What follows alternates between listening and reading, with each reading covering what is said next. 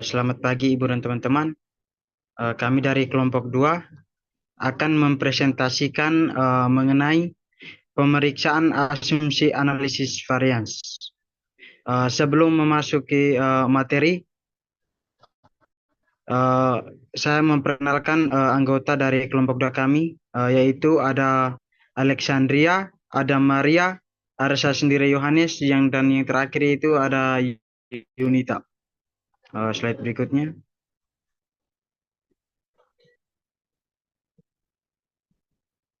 Oke, baik. Dari sini materi yang akan kami bahas yaitu yang pertama yaitu ada definisi analisis varians, yang keduanya itu ada asumsi analisis varians, dan yang ketiganya itu ada transformasi data, dan yang terakhir yaitu contoh kasus dan penyelesaian. Slide berikutnya.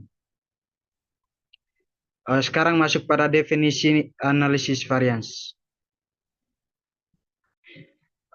Analisis varians atau ANAVA adalah salah satu metode yang sering digunakan dalam analisis data. Uji ANAVA atau analisis varians ini digunakan untuk mengetahui perbedaan rata-rata dari 3 atau lebih populasi. Tujuan dari ANAVA ini yaitu untuk mengetahui beda atau tidaknya antara rata perlakuan yang diperbandingkan. Selain untuk mengetahui tujuan, kita dapat menarik kesimpulan yang diandalkan, maka rata harus representatif, di mana rata akan representatifnya itu jika memenuhi asumsi untuk ANAVA. Slide berikutnya dijelaskan oleh teman saya. Baik, untuk selanjutnya kita masuk dalam asumsi analisis varians. Slide berikutnya. Di mana adapun asumsi-asumsi yang harus dipenuhi dalam melakukan analisis varians, yaitu yang pertama, ada asumsi kenormalan galat percobaan. Normalitas berarti nilai galat dalam setiap perlakuan atau grup yang terkait dengan nilai pengamatan YI harus berdistribusi normal, di mana uji ini tepat untuk menguji hipotesis kenormalan dan dari beberapa populasi. Untuk hipotesisnya sendiri, yang diuji yaitu H0, galat menyebar secara normal, H1, galat tidak menyebar secara normal. Untuk uji W-nya menggunakan rumus W sama dengan B kuadrat dibagi dengan sigma dari YI dikurang dengan Y bar kuadrat. Selain itu, secara visual, kenormalan galat dapat dilihat dari plot peluang normal, di mana plot peluang normal ini dinamakan plot kuantil atau plot Kiki.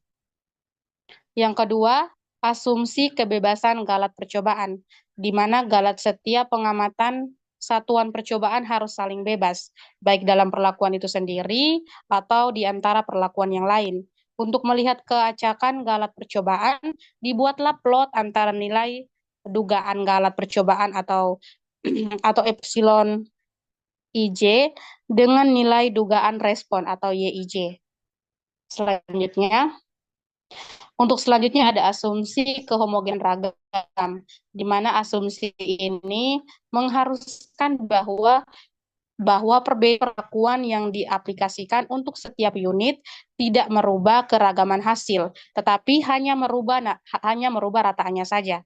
Di mana uji formal yang dapat digunakan adalah dengan menggunakan uji Bartelt yang menggunakan pendekatan sebaran X2 dengan derajat bebas bebasnya itu K kurang 1. Untuk hipotesis yang akan diuji yaitu ada H0 dan juga H1, di mana H0-nya itu sigma 1 kuadrat kurang sigma 2 kuadrat, minta maaf, di mana H0-nya itu sigma 1 kuadrat sama dengan sigma 2 kuadrat, sama dengan sigma 3 kuadrat, sama dengan sigma K kuadrat, atau ragam homogennya. Yaitu, untuk H1-nya sendiri, paling sedikit ada satu pasang sigma I kuadrat tidak boleh sama dengan sigma I kuadrat. Untuk setiap I-nya itu tidak sama dengan I, di mana I-nya itu berjalan dari 1, 2, sampai dengan K.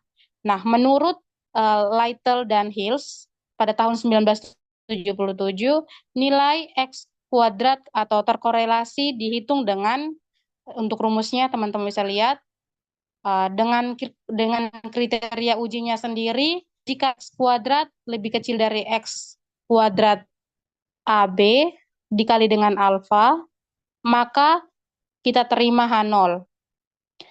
Jika X kuadratnya lebih besar sama dengan X kuadrat AB alfa, maka kita tolak H0. Di mana untuk DB kurang K kurang 1, kita bisa lihat ini untuk keterangannya pada slide. Lalu kita dapat lagi rumusnya, yaitu S1 SI kuadrat sama dengan 1 per R kurang 1 dikali dengan sigma I sama dengan 1 sampai dengan T dikali YI kuadrat kurang sigma I sama dengan 1 sampai dengan T YI pangkat 2 diper dengan N. Untuk selanjutnya hasilnya yaitu SP kita untuk selanjutnya hasilnya itu kita dapatkan SP kuadrat sama dengan sigma I sama dengan 1 sampai dengan K dikali dengan NI kurang 1 dikali dengan SI kuadrat dibagi dengan N kurang K, di mana N-nya itu sama dengan sigma kali NI.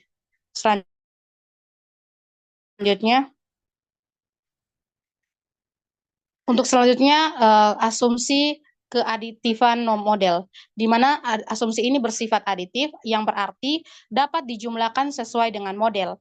Nah, teman-teman bisa lihat uji keaditifan yang digunakan dalam uji ini yaitu menggunakan uji 2K derajat bebas tunggal, di mana hipotesis yang digunakan yaitu H0-nya sama dengan pengaruh perlakuan bersifat aditif. Untuk H1-nya pengaruh perlakuan tidak bersifat aditif, di mana jumlah kuadrat non-aditifnya itu untuk derajat bebas tunggal ini dihitung sebagai berikut. JK non-aditifnya yaitu sigma I sigma J dikali dengan Y bar L dikurang dengan Y bar dikali lagi dengan Y bar J dikurang dengan Y bar dikali lagi dengan YIJ dikuadratkan dibagi dengan sigma I dikali dengan Y bar L dikurang dengan Y bar kuadrat dikali lagi dengan sigma J dikali lagi dengan Y bar J dikurang dengan Y bar kuadrat. Dengan kriteria ujinya itu jika F hitung lebih kecil dari F1 DB galatnya itu maka kita terima H0, dan juga jika F hitungnya itu lebih besar sama dengan F1 DB galat, maka kita tolak H0. Untuk selanjutnya akan dijelaskan oleh teman saya. Baik, materi selanjutnya yaitu mengenai transformasi data. Slide selanjutnya. Baik, transformasi merupakan perubahan sistematik dari sekumpulan data di mana karakteristik tertentu dari suatu data diubah dan karakteristik lainnya tidak berubah. Transformasi data dilakukan bila dalam pemeriksaan asumsi-asumsi tersebut ternyata ada penyimpangan. Transformasi data harus dilakukan dengan menggunakan transformasi yang tepat atau sesuai. Montgomery pada tahun 2001 menyatakan jika penelitian mengenai hubungan antara ragam dengan nilai tengahnya, maka informasi tersebut dapat digunakan untuk memandu dalam memilih bentuk transformasi data. Salah satu transformasi yang biasa digunakan adalah transformasi Box-Cox. Melalui transformasi diharapkan kestabilan ragam akan terpenuhi sehingga proses pengujian dapat mendekati kesahihan.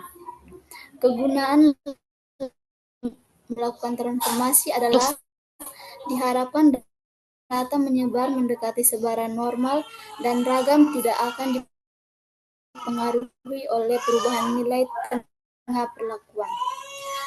Menduga suatu nilai lambda optimum dengan meminimumkan jumlah kuadrat Galat dari pengamatan dan digunakan sebagai acuan bukan. Bentuk umum dari pengamatan dengan berbagai nilai lambda ditulis sebagai berikut. Y pangkat lambda sama dengan Y pangkat lambda dikurang 1 per lambda Y pangkat Y kurang 1 untuk lambda tidak sama dengan 0 dan Y ln Y untuk lambda sama dengan 0. Adapun model transformasi yang disediakan oleh Box-Stokes dan besarnya dan nilai lambda dapat dilihat pada tabel. Teman-teman bisa lihat pada tabel yang ada pada slide.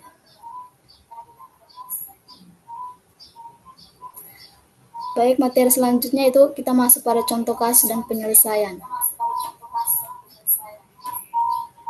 Berikut ini data hasil pengamatan pengaruh pemumpukan P terhadap bobot polong isi dalam gram kedelai varietas selamat.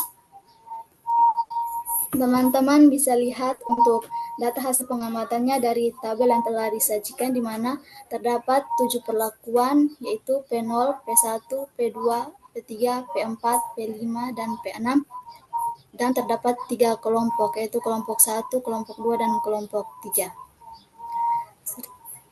Serta untuk nilai total baris, total kelompok, dan total keseluruhannya yaitu 584 serta rata-rata dari setiap perlakuan.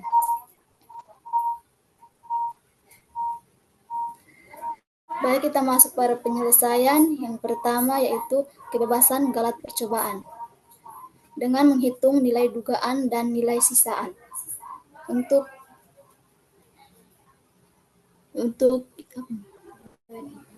Untuk nilai dugaan sama dengan YIJR topi atau rata-rata dari setiap perlakuan. Kemudian untuk nilai sisaannya itu kita dapat peroleh dari selisih dari nilai data dikurang dengan nilai dugaan. Kemudian untuk hasil dari perhitungannya teman-teman bisa lihat pada tabel yang ada pada slide.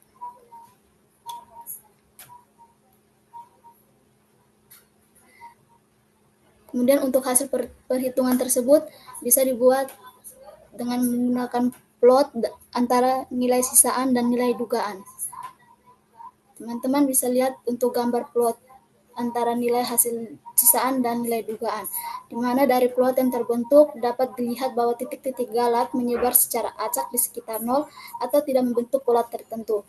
Jadi, dapat kita simpulkan bahwa asumsi kebebasan Galat percobaan terpenuhi, yaitu Galat percobaan saling bebas. Baik, slide selanjutnya akan dijelaskan oleh teman saya.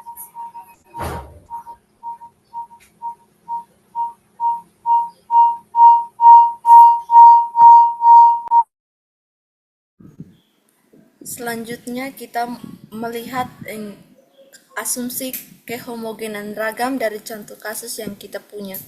Tabel berikut adalah data dari contoh kasus yang kita punya. Untuk yang pertama dalam menguji asumsi kehomogenan ragam, kita merumuskan hipotesis, yaitu terdapat 2 hipotesis di mana H0-nya ragam homogen dan H1-nya ragam tidak homogen.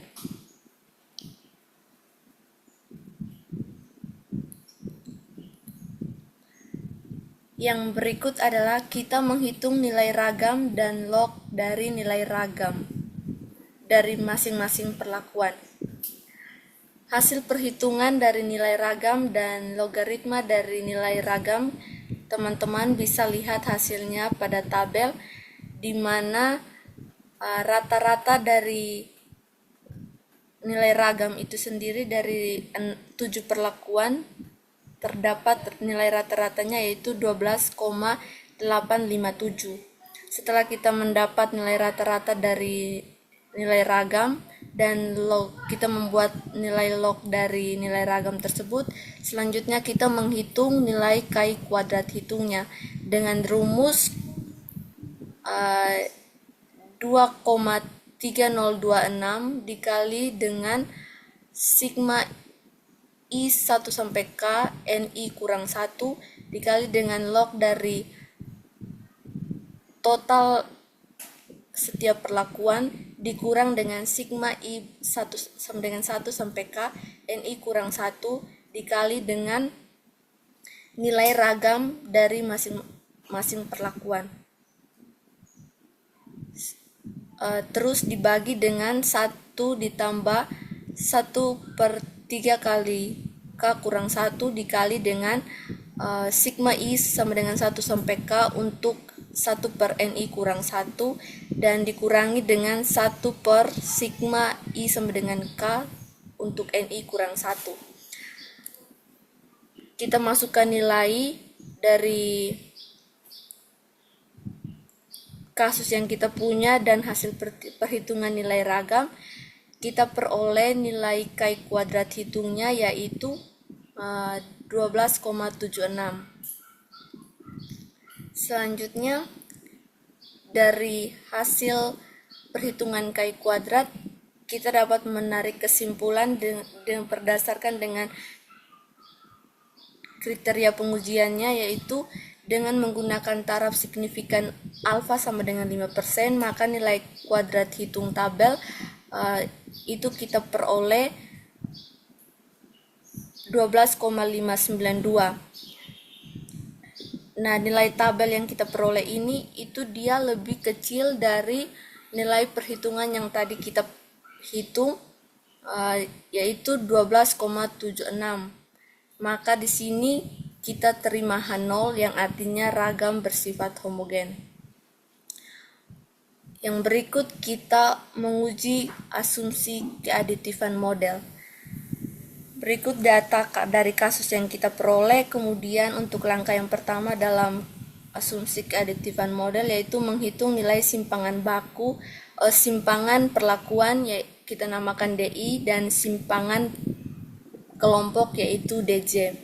Untuk DI kita menghitung simpangan perlakuan masing-masing dari 7 perlakuan itu kita hitung simpangan bakunya. Kita peroleh simpangan baku untuk perlakuan 1 yaitu perlakuan P0, kita peroleh simpangan perlakuannya itu negatif 10,476.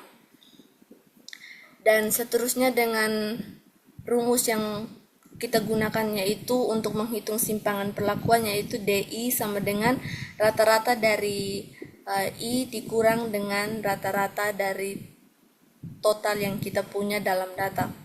Kemudian untuk menghitung lagi nilai simpangan perlakuan yang kedua, kita menggunakan rumus yang sama, diperoleh nilai simpangan perlakuan kedua yaitu negatif 6,81. Dan untuk seterusnya sampai ke perhitungan simpangan perlakuan ke-7 yaitu P6, kita peroleh negatif 1,81. Dan kemudian kita menghitung nilai simpangan kelompok DJ-nya.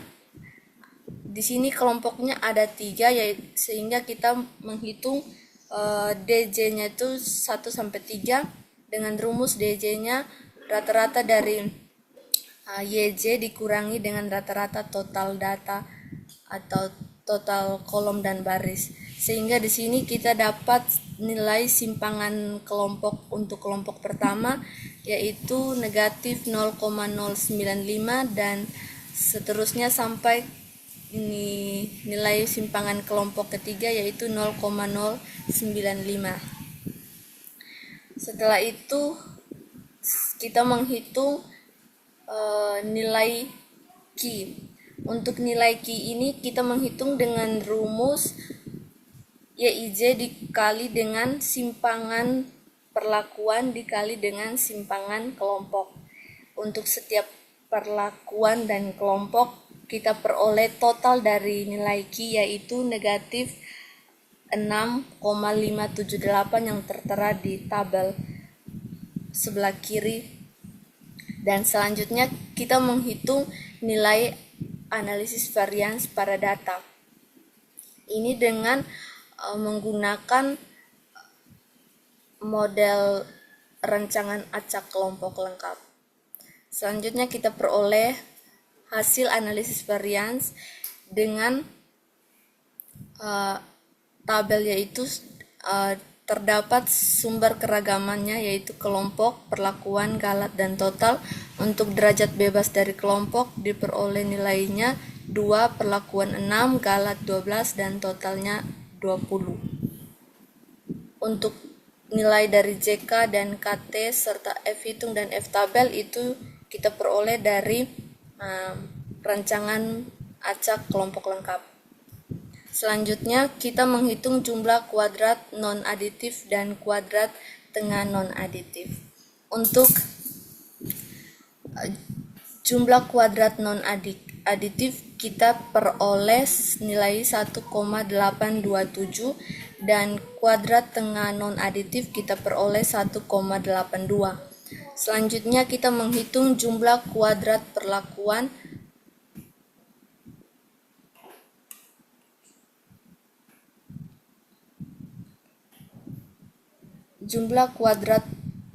pengujian atau sisa dan kuadrat tengah pengujian atau sisa. Untuk jumlah kuadrat pengujian kita peroleh dengan rumus JKG dikurangi JK non-aditif. Itu hasilnya 177,792 dan kuadrat tengah pengujian kita peroleh dengan JK pengujian dikurangi dengan derajat bebas pengujian. Itu kita peroleh nilainya 16,163. Selanjutnya kita menghitung F hitung. Kita peroleh nilai F hitungnya yaitu 0,113.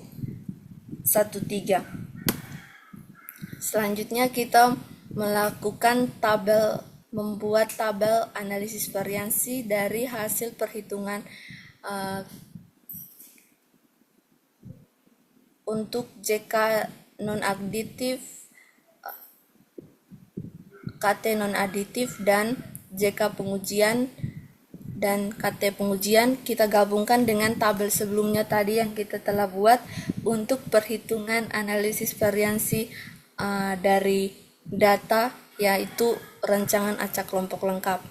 Di sini untuk sumber keragamannya, setelah kita gabungkan kedua tabel variansi tadi, kita peroleh sumber keragamannya itu ada kelompok, perlakuan, galat, total, non-aditif, dan pengujian atau sisa.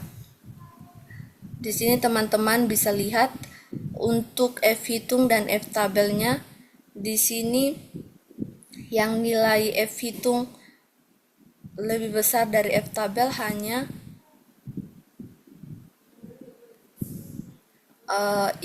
F hitung lebih besar dari F tabel hanya pada sumber keragaman perlakuan, yaitu F hitungnya 14,533. Selanjutnya dari tabel analisis variansi kita mengambil kesimpulan karena F hitung untuk non-aditif yang nilainya 0,113 itu lebih kecil dari nilai F tabel, yaitu untuk yang 5% 4,84 dan 1% 9,65. Itu maka kita menerima H0, artinya data yang kita punya atau pengaruh perlakuan dari hasil percobaan itu bersifat aditif. Baik, sekarang masuk pada bagian keempat, yaitu kenormalan galat percobaan, di mana bagian A itu hipotesis yang diuji adalah H0-nya itu galat perlakuan menyebar secara normal, dan H1-nya itu galat perlakuan tidak menyebar secara normal. Nah, bagian B-nya itu kriteria uji, di mana jika p-value-nya itu lebih besar dari alfa, maka terima H0. Jika p-value-nya lebih kecil dari alfa, maka tolak H0. di mana nilai alfanya itu sama dengan 0,05. Berdasarkan tabel di atas, teman-teman bisa lihat di mana ada perlakuan, statistik, terus dengan DF-nya, terus dengan signifikannya. Teman-teman bisa lihat di mana perlakuan P0-nya itu nilai statistiknya itu 0,7, sedangkan P1-nya itu 0,1 sampai seterusnya, sehingga nilai P-value, P0, P4, P5, dan P6-nya itu lebih kecil dari 0,05, maka kita tolak H0. Artinya, galet perlakuan P0, P4, P5, dan P6 tidak menyebar secara normal. Sehingga nilai P-value-nya itu pada perlakuan pertama, perlakuan kedua, dan perlakuan ketiga lebih besar dari 0,05, maka terima H0. Artinya, galat pada perlakuan pertama, perlakuan kedua, dan perlakuan ketiga menyebar secara normal. Slide selanjutnya.